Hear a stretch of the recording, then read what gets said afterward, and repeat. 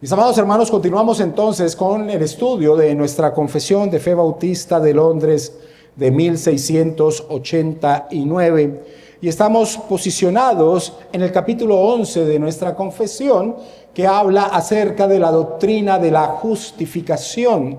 En el párrafo 1, que ya estudiamos tiempo atrás, vimos lo que se conoce como la naturaleza de la justificación, es decir, que en ese párrafo se aborda acerca de lo que la justificación es. Y se enfatiza en ese párrafo 1 que la justificación, es decir, ser aprobados por Dios, que es lo que significa ser justificados por Dios, ser aprobados para estar en su presencia. La justificación no es una infusión de gracia que Dios haga en nuestro ser. La justificación es una declaración legal de parte de Dios, donde se nos aprueba como dignos de estar en su presencia, y esto por la obra de nuestro Señor Jesucristo. Su vida perfecta se nos es imputada a nosotros, y nuestros pecados y condena le es imputado a Él, y Él muere en la cruz, enfrenta al infierno por causa de nuestros pecados. En el párrafo 2, la confesión señala lo que es el instrumento de la justificación, cómo el creyente se apropia de la bendita obra de nuestro Señor Jesucristo, y ese instrumento de la justificación es la fe. Pero ese párrafo 2 también señala y enfatiza que la fe no está sola. La fe siempre está acompañada de las obras, es decir, de la vida de aquel que ha sido justificado, unido, conforme, viviendo a la voluntad de Dios.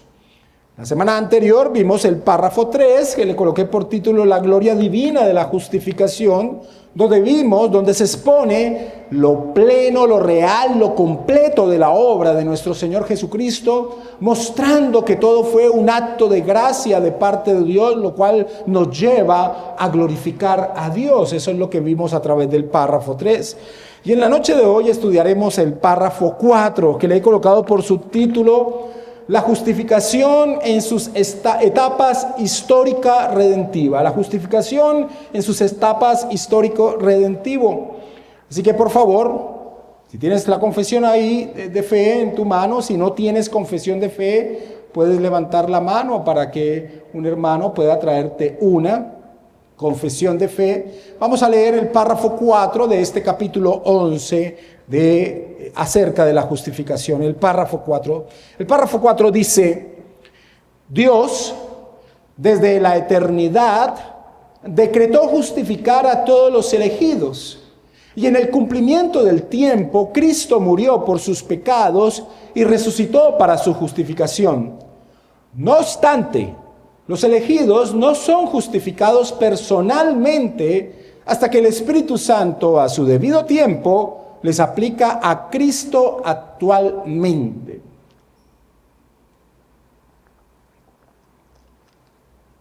Estoy leyendo de la publicación que hacen nuestros hermanos del Legado Bautista Confesional. Tal vez usted tenga la confesión de Chapel Liberty, donde hay otras palabras, pero esto es lo que expone la confesión en este párrafo 4. Ahora, uno podría leer el párrafo y hay aspectos muy enriquecedores en él, pero sin lugar a dudas, y ese es el propósito de esta nueva exposición de la confesión de fe, sin lugar a dudas, conocer el trasfondo histórico, doctrinal, que hizo que este párrafo quedase allí registrado en nuestra confesión de fe, es muy importante para sacar toda la riqueza de lo que está expresando este párrafo 4. A lo largo del siglo XVII y en relación con la doctrina de la justificación, proliferaron dos pensamientos en torno a ella. Lo que se conoció y aún se conoce como la justificación, la doctrina de la justificación en la eternidad. Y también surgió una variante, la doctrina de la justificación en la obra de Cristo. Estas doctrinas fueron proclamadas y defendidas por muchos teólogos en el siglo XVII, pero aún al día de hoy hay muchos teólogos que siguen defendiendo estas doctrinas. Pues mis hermanos, este párrafo 4 de nuestra confesión de fe tiene el propósito de refutar dichas enseñanzas. Por eso es importante mirar qué era lo que enseñaban estas dos posiciones, la justificación eterna o la justificación en la obra de la cruz de Cristo, qué era lo que enseñaban y por qué la confesión entra a refutar estas dos enseñanzas. Miremos de manera resumida entonces qué enseñaban estas posiciones doctrinales en torno a la justificación. La primera de ellas, la justificación en la eternidad, enseñaba que, dado que Dios decretó eternamente justificar a los elegidos por medio de Cristo, su justificación es cierta, con el resultado de que nunca estuvieron bajo la ira y maldición de Dios, sino que siempre fueron desde su nacimiento sus hijos. Eso era lo que esta doctrina expresaba. Nunca aquel que fue elegido, nunca estuvo bajo la ira de Dios, nunca estuvo bajo la maldición de Dios, siempre fueron sus hijos. Es decir, no hubo un momento en la vida del elegido en el cual no estuviesen justificados delante de Dios. Esto era lo que expresaba esta doctrina. Hay una variación de esta doctrina y es lo que se conoce la justificación en la obra de la cruz. Lo que señalaba esta posición era, en la cruz, Cristo completó plenamente su obra, satisfaciendo la justicia divina. Y hasta ahí, correcto, pero siguen enseñando, esto representó la justificación para todos los elegidos, quienes nunca estuvieron bajo la ira de Dios. Estas posiciones básicamente lo que enseñan es que cuando el creyente, por la obra del Espíritu Santo, llega a la fe en Cristo, lo que sucede es que se hace consciente de su justificación, se hace consciente de la posición que siempre ha disfrutado. Vuelvo y repito, esto es importante, aunque lo voy a enfatizar con algunos teólogos que voy a presentar en pantalla. Básicamente estas dos posiciones lo que enseñan es que cuando el creyente en su vida, por la obra del Espíritu Santo, llega a confiar en el Señor Jesucristo, lo que sucede es que se hace consciente de la posición que siempre ha tenido. Eso es lo que enseñan estas dos posiciones. J.B. Fesco lo expresa de esta manera. Él dice: el argumento común a favor de la justificación desde la eternidad es el siguiente: Dios no solo decreta la justificación, sino que también justifica a los elegidos en la eternidad. Por lo tanto, cuando una persona llega a la fe, ese despertar no es el momento de su justificación, sino más bien el descubrimiento de su estatus justificado. Si ven la gran diferencia que hay con la posición que hemos expresado en los 3 párrafos anteriores, la fe es el instrumento por el cual el elegido llega a apropiarse de la obra de Cristo. En ese momento, por creer en torno al Señor Jesucristo, es aprobado, es justificado por Dios. Estas enseñanzas decían: no, siempre ha sido justificado desde la eternidad. Lo que sucede es que cuando el Espíritu Santo le da fe, se hace consciente de la posición que siempre ha tenido. Oliver Cripps, en su libro Calvinismo Desviado, nos amplía lo que esta posición piensa en torno a la fe. Cripps dice: aquellos que son eternamente objeto de la gracia divina llegan a saber que son elegidos y justificados en un momento particular, en el cual reciben la fe por la obra secreta del Espíritu Santo para entender que están unidos a Cristo. La fe es el medio por el cual el individuo elegido llega a comprender que ya es miembro de los elegidos y ya está justificado por Dios en Cristo. El cambio que produce es epistémico, no ontológico. Es decir, lo que sucede es que ahora se da cuenta, realmente no hay ningún otro cambio. Es un cambio de percepción o de conocimiento, no un cambio en la posición legal o moral o incluso en el ser. Y continúa diciendo Cripps: Para decirlo en los términos concretos del Nuevo Testamento, los elegidos no son cambiados de ser enemigos de Dios a ser hijos de Dios. Esto no puede ser el caso porque Dios los ha elegido eternamente en Cristo. Tampoco pueden ser cambiados de estar fuera de los límites de los divinamente justificados a estar entre los justificados, porque su justificación ha sido asegurada eternamente por decreto divino. Llega a ver lo que era eternamente cierto acerca de ella debido a los propósitos de Dios, de acuerdo con el buen placer y la buena voluntad de Dios. Ahora, para entender el alcance que tuvo esta doctrina en el siglo XVII, es fácil mostrar el alcance, es fácil mostrarlo a través de señalar que un hombre llamado William Twist, quien fue el primer moderador de la Asamblea de Westminster, sostenía y defendía esta doctrina. Twist creía que la justificación era la voluntad eterna de Dios de no castigar al pecador, lo cual era un acto inmanente de Dios desde la eternidad.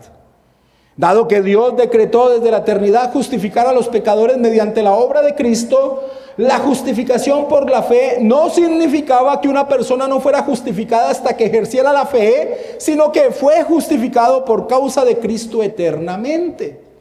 Y para explicar la coherencia supuestamente de su creencia, Twist empleó la siguiente distinción: en el tribunal ante Dios y en el tribunal de la conciencia. Una cosa es estar en el tribunal ante Dios, lo cual sucedió eternamente, y otra cosa es estar en el tribunal de nuestra conciencia, que se da en un momento dado. Esa es la distinción que Twist señaló. Él explicó: la justificación se produce por la fe, como se pronuncia la absolución de alguien ante el tribunal del corazón y ante el tribunal del juez, porque Dios ha establecido su tribunal en nuestros corazones. Nuestra propia conciencia nos persigue, nos aterroriza, nos atormenta como acusados según la ley de Dios. Finalmente, cuando en algún momento surge así la misericordia de Dios, el Espíritu de Dios, a través de la voz del Evangelio, levanta, consuela, recrea y pronuncia que nuestros pecados han sido descargados gracias a Cristo. Y el Espíritu Santo hace esto encendiendo la fe en nuestros corazones, por la cual descansamos en la misericordia de Dios Padre y en la segura satisfacción de Cristo el Hijo. Pero entonces señala: la justificación del pecador tuvo lugar en la eternidad pasada, en el foro de Dios, en la presencia de Dios, en el tribunal de Dios. Y eventualmente se manifiesta una vez que el pecador llega a la fe, en su conciencia.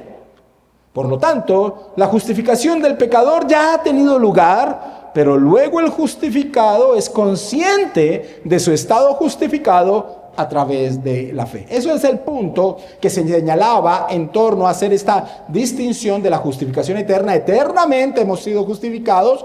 Lo que sucede es que nos damos cuenta cuando el Espíritu de Dios nos revela esta verdad. Ahora, ¿cuál es el problema doctrinal de esta posición?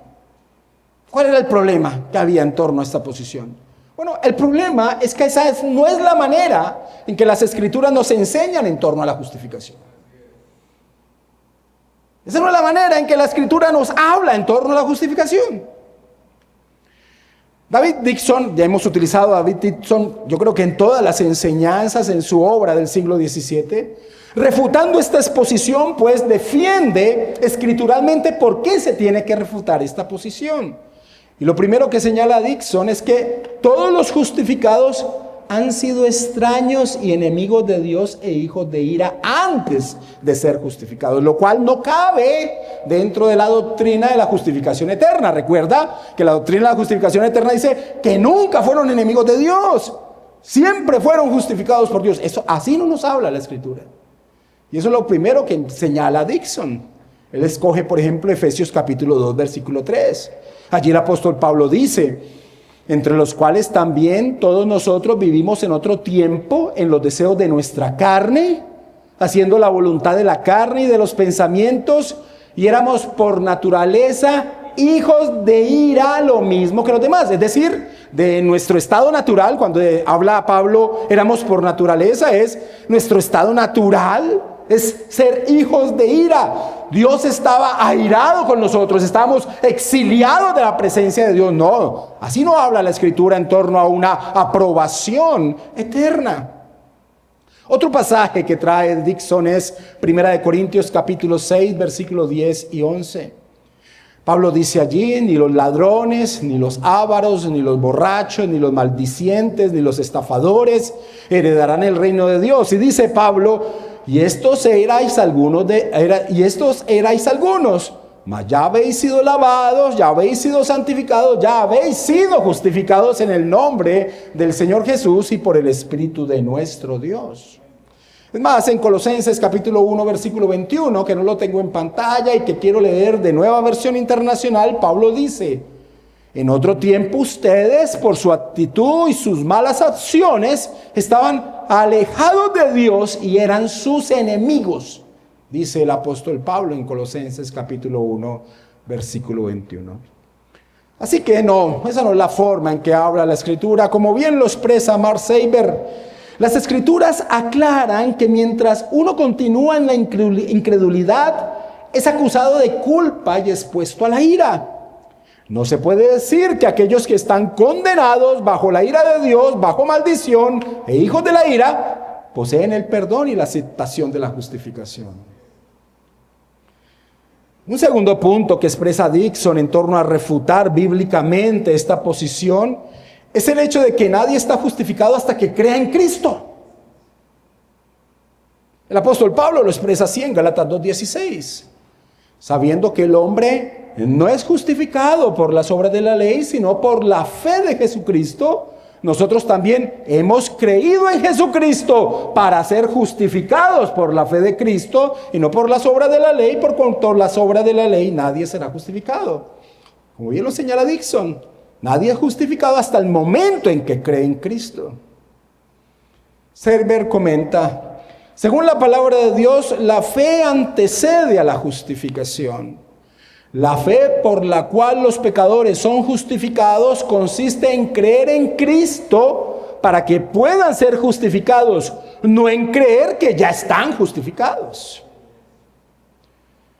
Y Seiber añade una tercera refutación escritural que no la tiene Dixon.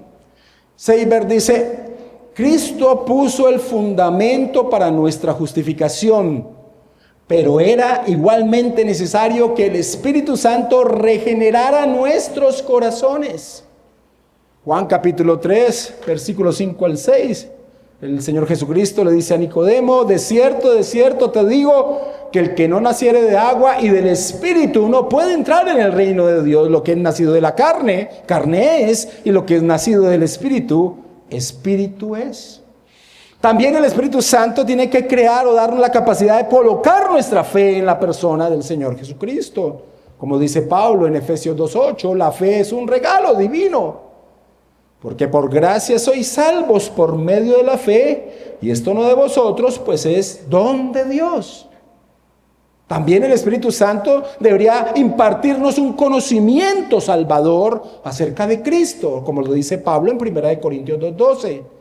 Y nosotros no hemos recibido el espíritu del mundo, sino el espíritu que proviene de Dios, para que sepamos lo que Dios nos ha concedido. Y Seiber dice: todo esto queda sin sentido si no somos justificados en el momento de nuestra conversión. Si no somos justificados en el momento de nuestra conversión, sino que nos damos cuenta que hemos sido justificados cuando el Espíritu Santo coloca nuestra fe en Cristo, estos pasajes no tienen sentido. Estos pasajes no tienen sentido. Así que hemos visto el trasfondo histórico de por qué ese párrafo 4 de nuestra confesión de fe está allí colocado. Hemos visto por qué la refutación, pero tenemos que responder la pregunta: ¿por qué se llegó a ese error doctrinal? ¿Por qué se llega a ese error doctrinal? Y miren que todavía no hemos tocado el párrafo. Pero es importante este contexto para entender entonces el párrafo. ¿Por qué se llega a este error doctrinal? Y la respuesta es porque no se realiza una distinción entre el decreto eterno de Dios y su ejecución en el tiempo. Este error se da porque no se realiza la distinción entre el decreto eterno de Dios y su ejecución en el tiempo. Y la ilustración común que se utilizó es el ejemplo de la creación. En la eternidad pasada, Dios decretó crear, pero esto no significa que la creación sea un acto eterno. También la Escritura nos enseña que el Cordero inmolado desde la fundación del mundo, así dice Apocalipsis 13:8, pero Cristo no fue crucificado en la eternidad, sino en el desarrollo del tiempo.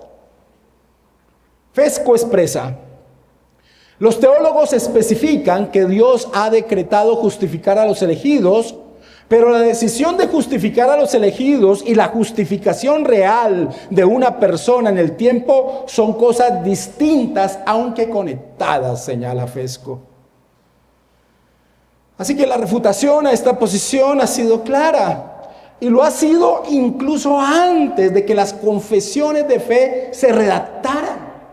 Antes que la confesión de Westminster fuese redactada, esta posición ya había sido refutada. Por ejemplo, John Davenant, que murió 5 años antes de la redacción final de la confesión de fe de Westminster, expresó: confesamos por tanto la voluntad eterna en Dios de justificar y reconciliar consigo a todos los elegidos. Sí, en eso estamos de acuerdo, pero negamos que se deba decir que han sido justificados o reconciliados desde la eternidad.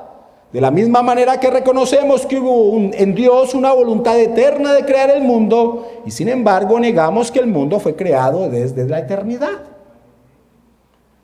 Y esto fue aceptado después de las confesiones. Vimos a Davenant en torno a un teólogo antes de las confesiones, pero también después de las confesiones se siguió manifestando este rechazo a esta posición. Francis Roberts señaló lo siguiente: decir que un hombre en realidad es perdonado y justificado desde la eternidad es confundir los decretos de Dios con la ejecución de sus decretos. Destruir el uso de la fe y el arrepentimiento prescritos en las Escrituras y hacer que un hombre sea realmente perdonado antes que sea realmente un pecador, lo cual es muy absurdo, señalaba Roberts. Y nuestro hermano Jay Williamson, que partió hace poco a la presencia del Señor, también enfatizaba este error. Algunos han sostenido que los elegidos son justificados desde la eternidad.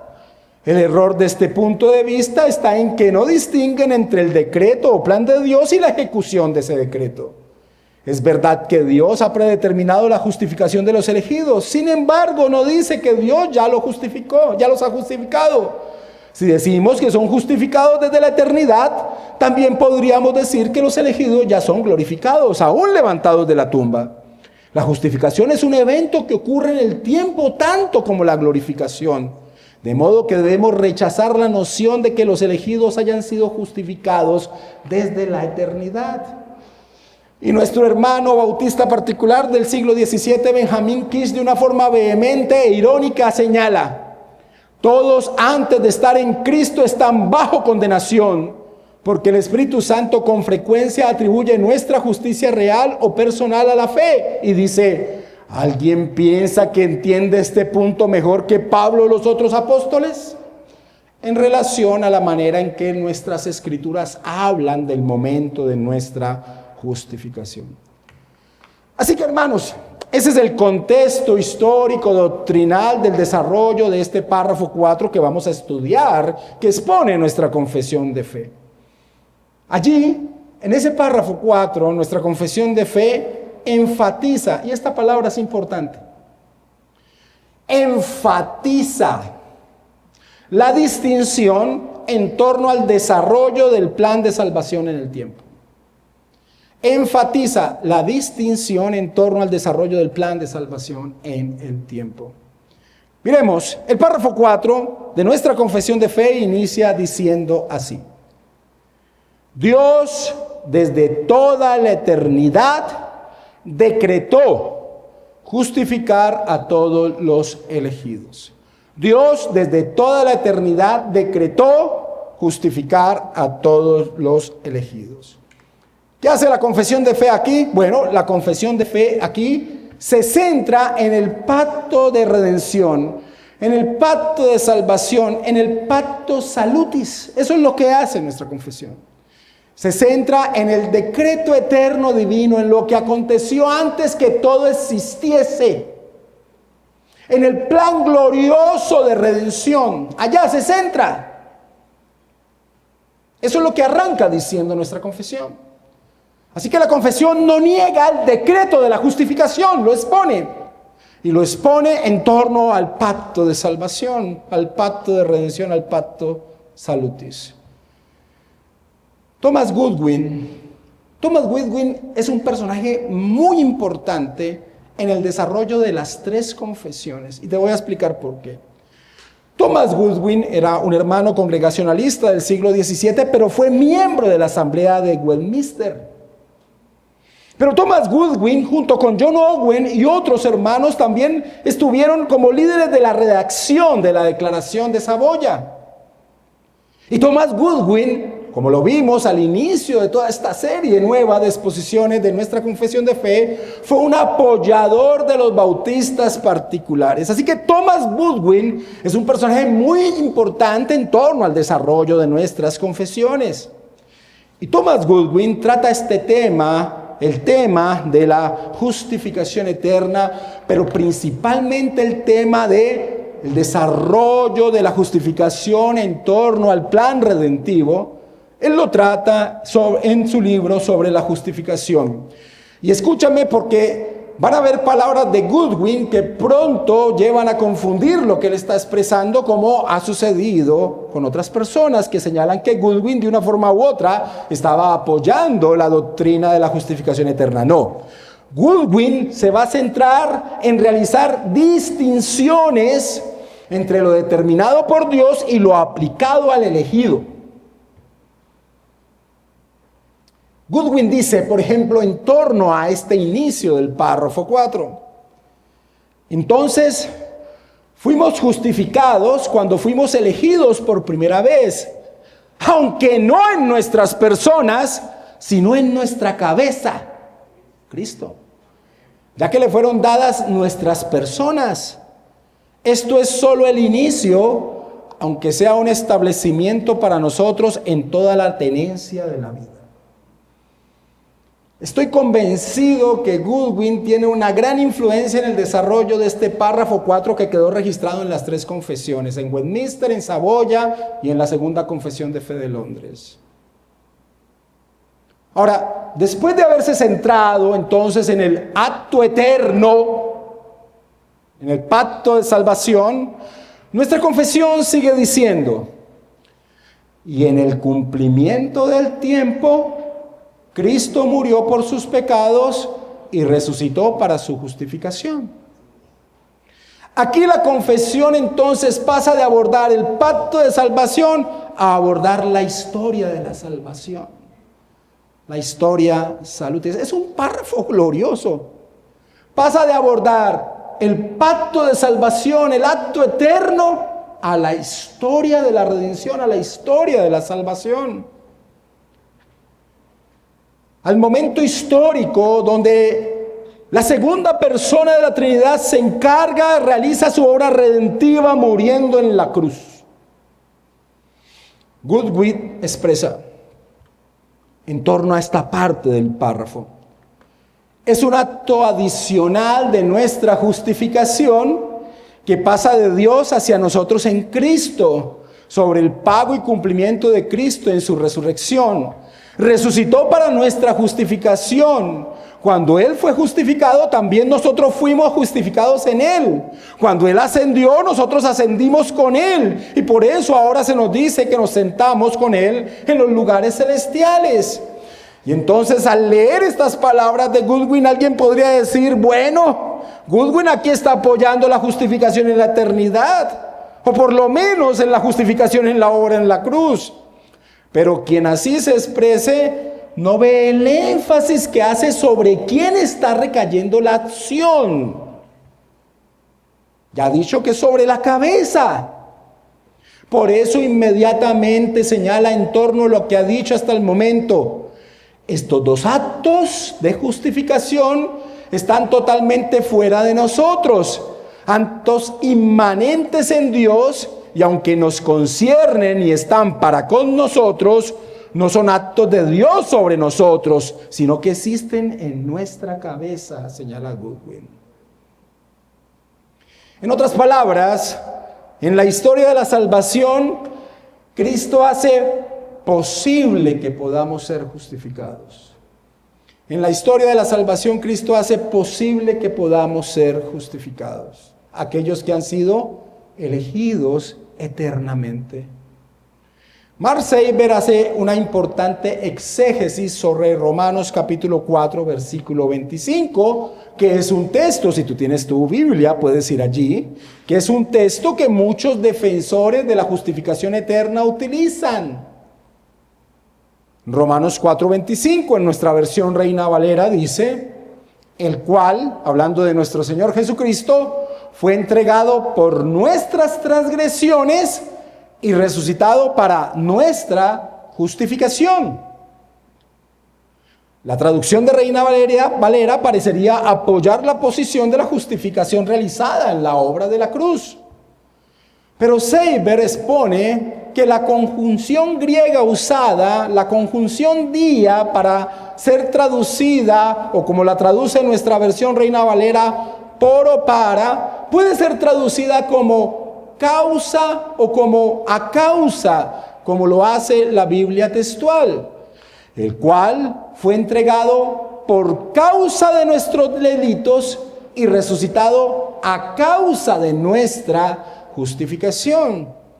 Así que el propósito de la obra de nuestro Señor fue crear el fundamento, la base, la causa de que los elegidos puedan ser justificados. Eso es lo que este pasaje está expresando y que Seiber señala. Él dice: algunos han argumentado a partir de textos como Romanos 4:25 que los elegidos deben haber sido justificados en el momento en que se pagó su deuda. Pero en la afirmación de Pablo de que Cristo resucitó para, utilizando la conjunción griega dia, para nuestra justificación, su uso de la preposición dia no necesita interpretarse como una indicación de causa y efecto retrospectivo, sino que puede tomarse en un sentido prospectivo, es decir, hacia adelante, a fin de ser justificados. El contexto también favorece una interpretación prospectiva. Pablo no está pensando en la justificación de los elegidos en masa, sino en la justificación de los individuos. Son justificados no en la resurrección de Cristo, sino en el momento en que, como Abraham, creen. El error subyacente del punto de vista de la justificación en la cruz es que no distingue entre el cumplimiento y la aplicación de la redención. En el primero, Cristo ha proporcionado una base para nuestra justificación. En el último, el Espíritu Santo une a los pecadores con Cristo por la fe y se les da realmente la justicia justificadora procurada por Cristo. Y es precisamente la aplicación de la redención, en la aplicación de la redención, que ahora nuestra confesión se enfoca. Después de haberse enfocado en el pacto de salvación, en el acto eterno de decreto, y después de haber señalado el aspecto histórico de la salvación, nuestra confesión termina este párrafo enfocándose en el orden de la salvación, es decir, en los aspectos particulares que tienen que ver con el creyente. Dice nuestra confesión: no obstante, claro que sí, fue decretada justificación en la eternidad, claro que sí, Cristo murió para ser justificados. No obstante, los elegidos no son justificados personalmente hasta que el Espíritu Santo a su debido tiempo les aplica a Cristo actualmente. Así que nuestra confesión de fe ha hecho una distinción entre el pacto de redención, el pacto salutis, la historia de la salvación, la historia salutis, y ahora expone en el orden de la salvación, el orden salutis, el aspecto subjetivo de nuestra justificación. El momento en que fuimos justificados. Cuando el Santo Espíritu de Dios, por medio de la exposición de la palabra, crea fe, nos da vida para poder aferrarnos a nuestro Salvador. Y es de esa manera que nuestra confesión refuta la posición, la doctrina de la eterna justificación. Goodwin expresa: con referencia a esta vida y la justificación de un pecador, Dios juzga y declara impíos e injustos a sus escogidos hasta que crean. Renihan explica lo que ha hecho nuestra confesión en este párrafo. Él arranca diciendo: con este trasfondo que he expuesto, el texto es fácil de comprender. En el pacto salutis, la justificación se decreta eternamente. Y en la historia salutis, se realiza por medio de la obra de Cristo. Pero hasta que el Espíritu Santo a su debido tiempo aplique la obra de Cristo, el ordo salutis, los pecadores permanecen bajo la ira de Dios. Y Benjamin Kish utiliza el pasaje bíblico de la escalera de Jacob que va hasta el cielo y critica a aquellos que sostenían la doctrina de la justificación eterna de la siguiente manera. Él dice, y escúchame si no alcanzas a leer. Es mejor a veces concentrarse en lo que voy diciendo que tratar de leer, que a veces aparece muy pequeño en pantalla. Kish dice, puede decirse que el que firme y salvadoramente cree en Cristo pone su pie en esta escalera para ascender. Algunos hombres no comienzan correctamente, está hablando de los que sostenían la doctrina de la justificación eterna. Ellos estarían en la cima de la escala antes de haber puesto los pies en el primer escalonamiento de ella. Porque todos los que serán salvados son elegidos y comienzan allí, y por lo tanto piensan, si son elegidos, aunque no sean llamados y estén en sus pecados, son justificados, perdonados y están en buen estado como el mejor creyente del mundo. Están en tan buen estado como el mejor creyente del mundo. Pero dice Kish, esto es un gran error. El decreto de la elección sin la ejecución del mismo no pone nada en la existencia actual.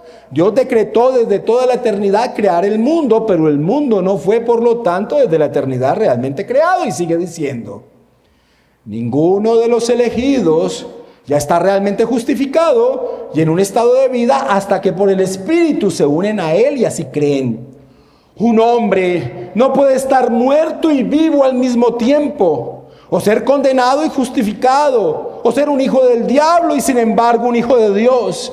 La gracia hace un cambio tanto relativo como real, todo al mismo tiempo. El primer paso que da una persona hacia el cielo es creer en Cristo. Y un pecador antes de creer es llevado al pie de Cristo, es decir, se ve a sí mismo perdido y deshecho en el primer Adán y hasta entonces bajo la ira, expresa Kish. De la misma manera, Anthony Burgess, miembro de la Asamblea de Westminster, señaló, si una persona antes de la regeneración y conversión es un hijo de ira, bajo la culpa y el castigo del pecado, entonces no podría estar al mismo tiempo en el favor de Dios y en paz con Él. Bueno, alguien podría estar allí y preguntarse, ya entendemos la raíz del error doctrinal, pero ¿qué implicaciones tiene esto? ¿Se queda solo en doctrina? Eso es solo historia doctrinal, muy interesante, sí, pero ¿y qué? Mis amados hermanos, nunca un mal entendimiento doctrinal quedará sin un efecto en la vida del cristiano. Una vez más repito esto, nunca un error doctrinal quedará sin una implicación en torno a la vida de un creyente. ¿Cuál es el aspecto peligroso de esta doctrina de la justificación en la eternidad? Lo podemos entender como lo percibieron nuestros hermanos en el siglo XVII a través de la refutación que David Dixon realiza en torno a este punto. Dixon dice, pues bien, no se equivocan los antinomianos que sostienen que los elegidos son justificados desde la eternidad o cuando se pagó el precio de la redención, y responde sí. Mis hermanos, los realizadores y editores de las confesiones veían en este error doctrinal una fuente, un aliento hacia el antinomianismo. ¿Qué es el antinomianismo? El antinomianismo es una corriente teológica, mis hermanos, que polula el día de hoy. En las iglesias reformadas también. El antinomianismo es una corriente teológica que sostiene que los cristianos están libres de la obligación de obedecer las leyes morales de Dios. El término proviene del griego anti, contra, y nomos, ley. Sobre la base de la gracia de Dios, el movimiento antinomiano estaba ganando mucho terreno entre los cristianos reformados del siglo XVII. Ya vimos varios de ellos. Como el mismo primer moderador de la Asamblea de Westminster. Whitney Gamble, en su libro Cristo y la Ley, que es parte de los estudios de la Asamblea de Westminster, nos relata a tal punto estaba llegando la influencia del antinomianismo en el siglo XVII que la Asamblea de Westminster envía la siguiente petición al Parlamento el 10 de agosto de 1643. Escucha.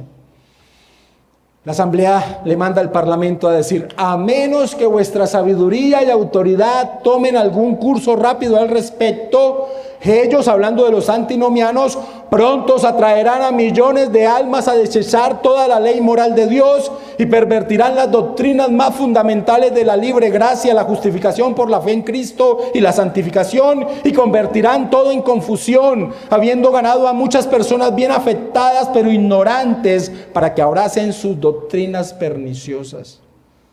Y es por eso que las confesiones debían cerrar toda posibilidad a esta doctrina errónea. La doctrina de la justificación eterna era una de aquellas doctrinas que fomentaban este error, el antinomianismo. Así lo expone Fesco. Él dice: uno de los principios del antinomianismo era la doctrina de la justificación desde la eternidad. Algunos teólogos reformados estaban celosos de proteger la pureza de la justificación de la mezcla con el esfuerzo humano como las buenas obras. Richard Baxter identificó la justificación desde la eternidad como un pilar principal del antinomianismo. Esa es la importancia de nuestro párrafo 4.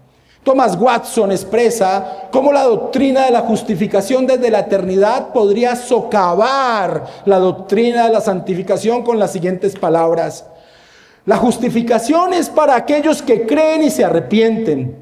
Por lo tanto, sus pecados no fueron cancelados y sus personas injustificadas hasta que se arrepintieron. Aunque Dios no nos justifica por nuestro arrepentimiento, sin embargo, no lo hace sin él. Los antinomianos sostienen erróneamente que somos justificados desde la eternidad. Esta doctrina es una llave que abre la puerta a todo libertinaje, porque ¿qué pecados no se preocupan de cometer mientras sostengan que están justificados, ya sea que se arrepientan o no? Somos justificados desde la eternidad.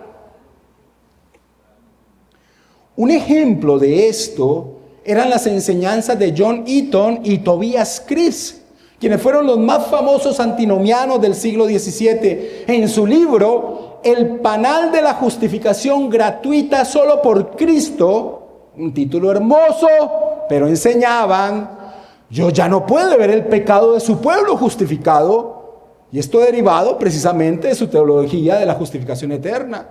Por lo tanto, la ley moral de Dios dada durante la era de esclavitud ya no puede tener dominio sobre la vida de un creyente del nuevo pacto. El código ético está libre de las restricciones de los mandamientos de Dios. Por el contrario, decían, la fe interna del creyente produce una obediencia automática a la ley sin necesidad de una ley externa y escrita. Hermanos, no vivimos en una época diferente a la tendencia antinomista que se daba en el siglo XVII. Hoy, con un mal entendimiento, se señala: vivimos bajo la gracia y no bajo la ley. Ahora estamos bajo la ley de Cristo. Como si lo que quisiera señalar esas expresiones es que la ley moral de Dios ya no tiene relación con nuestra vida. Y no, como debe ser, que nuestra relación con la ley tiene un fin diferente. La ley moral de Dios es eterna. En el no creyente le muestra su condición de pecador y su necesidad de un Salvador. Pero en el creyente es la luz, el espejo, es la regla de vida, la norma por donde caminar. No estamos bajo la ley como una manera de ser aprobados por Dios. No estamos bajo la ley moral de Dios como un pacto de obras. Esa condescendencia divina ya no existe. Se transgredió en el Edén. Ahora la ley moral de Dios es nuestra regla de vida, nuestra guía amorosa dada por Dios de cómo debemos vivir. Desecharla es caminar en la oscuridad y tinieblas de corazón. Así que, como nuestros hermanos del siglo XVII eran tan celosos, nosotros debemos estar atentos contra toda tendencia teológica que mine la relevancia de la ley moral de Dios. Dispensacionalismo, teología del nuevo pacto, pactualismo progresivo, todas estas tendencias, aunque vemos algunos aspectos positivos en ella, tienen una raíz peligrosa. Una raíz de llegar a despreciar lo que es eterno, santo y glorioso. La bendita ley moral de Dios, la expresión del carácter divino. Porque, amados hermanos, como confesamos al inicio del párrafo 6 del capítulo 19 de nuestra confesión, aunque los verdaderos creyentes no estén bajo la ley como un pacto de obras para ser justificados o condenados por esta, aún así la ley es de gran utilidad tanto para ellos como para nosotros, en el sentido de que, como una regla de vida que les informa acerca de la voluntad de Dios y su deber, los dirige y los obliga a andar en conformidad con esta. Y finalizo con esto. En otras palabras, hay una aplicación directa de este párrafo 4. Es un ejemplo de lo que hicieron nuestros hermanos en el siglo XVII, de su celo en torno a doctrinas que podrían llevar y eran fuente, impulso en torno a llegar a despreciar la ley de Dios. Mis hermanos, hoy es común despreciar la ley moral de Dios. No, pastor, no, sí, claro, en todo sentido. ¿No se desprecia el día de reposo? ¿No es común entre los cristianos despreciar el día de reposo? ¿No han llegado algunas iglesias a celebrar sus cultos otro día, diferente al primer día de la semana? ¿No son las personas quienes eligen si van el domingo a la iglesia o no?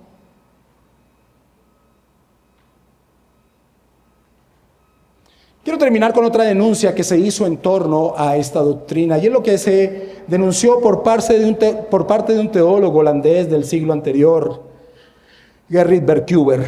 Él señalaba que este tipo de doctrinas como la justificación eterna era un ejercicio de la especulación teológica, una especulación teológica injustificada.